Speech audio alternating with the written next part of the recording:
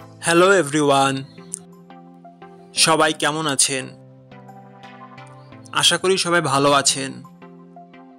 বন্ধুরা, আমরা সবাই জানি যে টাকার রেট ভিন্ন ভিন্ন। মানে কোনো দেশের টাকার রেট বেশি, আবার কোনো দেশের কম।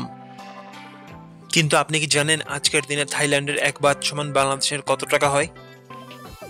আপনার ধারণা কি ঠিক, নাকি অবাক হওয়ার মতো কোনো চমক আছে? এই ভিডিওটি বিশেষভাবে আপনার জন্য তৈরি, তাই শেষ পর্যন্ত দেখুন। কারণ আপনি যদি নিয়মিত টাকার রেট জানেন, তাহলে অর্থ লেনদেন বা বিদেশ থেকে পাঠানো রেমিটেন্সে লাভবান হতে পারেন। আজ সোমবার 24শে নভেম্বর 2025।